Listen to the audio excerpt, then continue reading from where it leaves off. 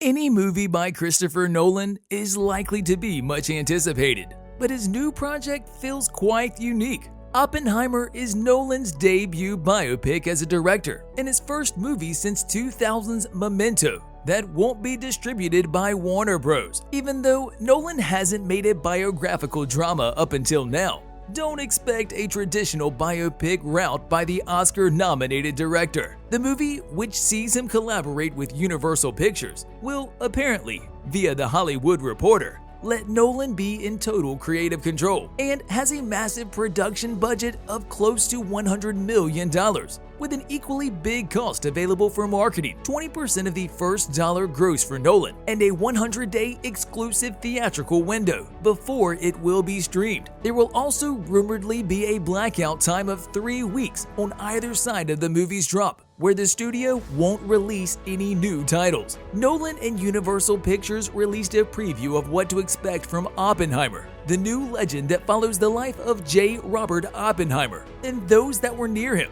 The movie will have many famous faces as part of the cast, so there is no doubt it will do really well at the box office. The new project is based on the book American Prometheus, The Triumph and Tragedy of J. Robert Oppenheimer, the theoretical physicist who worked on the Manhattan Project that was the cause of the formation of the atomic bomb. In the trailer, Catherine, the Pulitzer Prize-winning physicist's wife, can't be seen, telling him, "The world is changing, reforming. This is your moment," as reported by Deadline. The producer of the movie is Emma Thomas, Atlas Entertainment's Charles Roven, and Nolan, who is also the screenwriter and director. The reason why Nolan decided to switch from his longtime partners at Warner Bros. To Universal was that the director blamed the former's plans to release their 2021 movie slate at the same time. Smash that like button if you haven't done already on the streaming platform HBO Max. In a statement then, Nolan said that some of the greatest filmmakers and the most famous movie stars went to sleep before thinking they were working for the most important movie studio and woke up to discover that they were actually working for the worst streaming platform. Warner Bros. Had an incredible machine for getting a filmmaker's work out everywhere,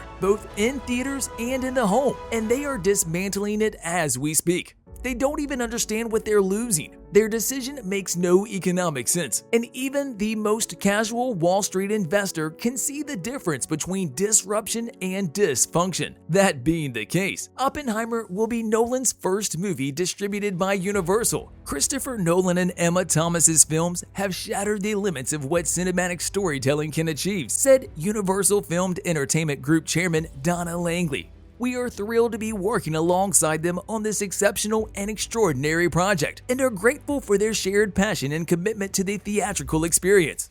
Nolan will also reconnect with former collaborators like the director of photography Hoyt Van Hoytema, Tenet, Dunkirk, Interstellar, editor Jennifer Lame, Tenet, and Oscar-winning composer Ludwig Göransson, Tenet.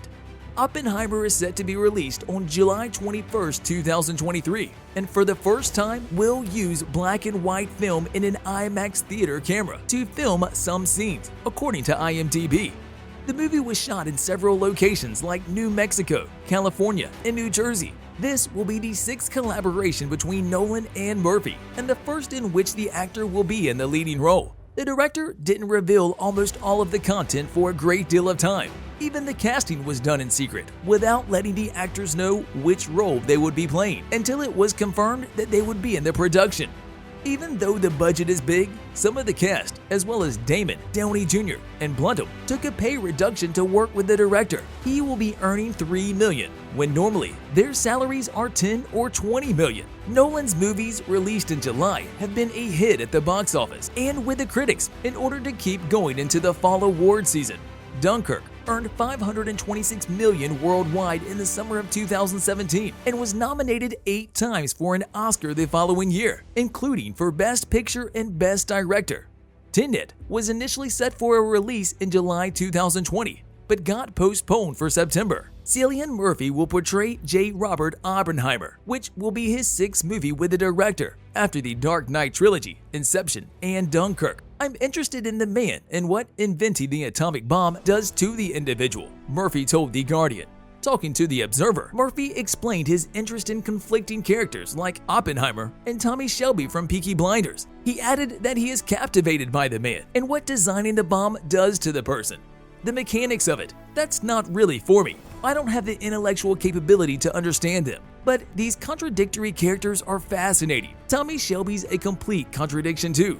People identify with that because we all walk around with these contradictory ideas coexisting in our heads. Emily Blunt will be playing the leading lady, Catherine Kitty Oppenheimer, Robert's wife, and a biologist who studied the consequences of radiation while her husband experimented with the A-bomb. Florence Pugh plays Jean Tatlock, whom Oppenheimer was dating while he was a professor, and she was a grad student and continued the affair during his marriage. Matt Damon plays Lieutenant General Leslie Grovers Jr., the director of the Manhattan Project. Robert Downey Jr. will portray Lewis Strauss, who served on the U.S. Atomic Energy Commission with Oppenheimer, and Josh Hartnett as the nuclear scientist Ernest Lawrence.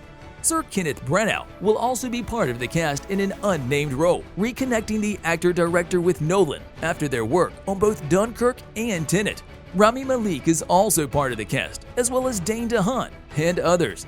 The plot is based on the American Prometheus, a biography of J. Robert Oppenheimer by Kai Bird and Martin J. Sherwin. Nolan's movie chronicles the theoretical physicist's role in the Manhattan Project. Between 1942 and 1946, in the midst of the Second World War, the U.S. led a research and development program to make the first nuclear weapons. The project's foundations were primarily created by President Franklin D. Roosevelt in 1939 as a reaction to fears that scientists working for Adolf Hitler were working on their own nuclear weapon.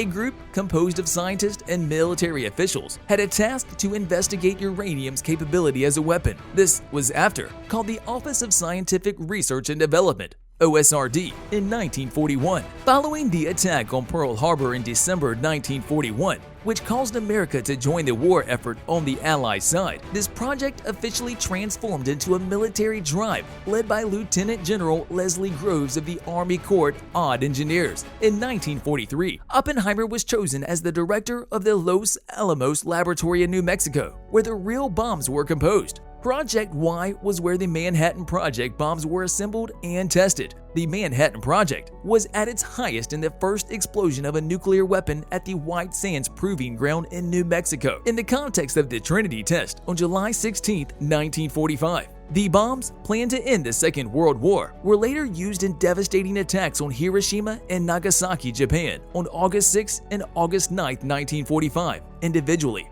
The two bombs killed over 100,000 people and smashed that subscribe button and ring that notification bell, and they leveled both cities to the ground. 2 decades later, in a TV interview in 1965, Oppenheimer commented about the Trinity test. "We knew the world would not be the same. A few people laughed, a few people cried. Most people were silent," he said. "I remember the line from the Hindu scripture, the Bhagavad Gita. Vishnu is trying to persuade the prince that he should do his duty, and to impress him, he takes on his multi-armed form and says, 'Now I become death, the destroyer of worlds.' I suppose we all felt that, one way or another."